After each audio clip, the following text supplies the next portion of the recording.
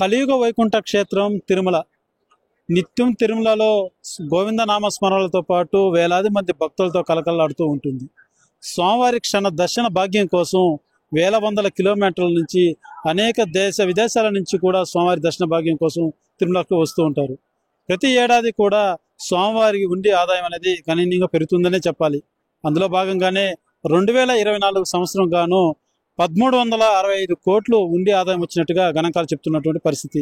అదే తరుణంలోనే స్వామివారిని దర్శించుకున్నటువంటి భక్తుల సంఖ్య 2,55,00,000 మంది వరకు స్వామివారిని దర్శించుకున్నట్టుగా కూడా 2024లో నమోదైనటువంటి పరిస్థితి.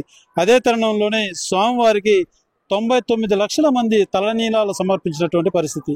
అదేవిధంగా స్వామివారి అన్నప్రసాదం స్వీకరించినటువంటి వారు 6,30,00,000 మంది స్వామివారి అన్నప్రసాదం సేవించినట్టుగా కూడా గణాంకాలు చెప్తున్నటువంటి పరిస్థితి.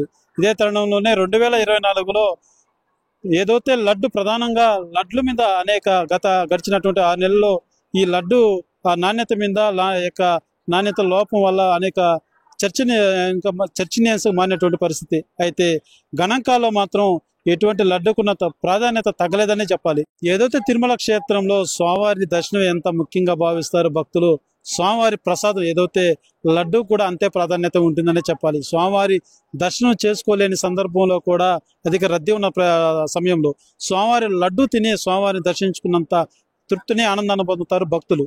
అటువంటి లడ్లు సైతం 12,14,00,000 లడ్ల వరకు విక్రయించినట్టుగా కూడా గణాంకాలు చెప్తున్నటువంటి పరిస్థితి. ఏదైతే తిరుమల క్షేత్రంలో నిత్యం కూడా ఏదైతే సరిహద్దు ప్రాంతం ఇటు తమిళనాడు కావచ్చు, కర్ణాటక కావచ్చు, దేశ విదేశాల నుంచి కూడా నిత్యం భక్తుల సంఖ్య అయితే మాత్రం తిరుమల క్షేత్రానికి పెరుగుతూనే ఉంది.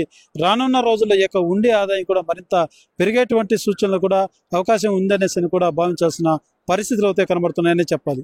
స్టూడియో మరిన్ని వీడియోస్ కోసం ఛానల్ ని సబ్స్క్రైబ్ చేయండి. లేటెస్ట్ అప్డేట్స్ కోసం వాట్సాప్ ఛానల్ ని ఫాలో అవ్వండి. ఆ లింక్ డిస్క్రిప్షన్ లో ఉంది.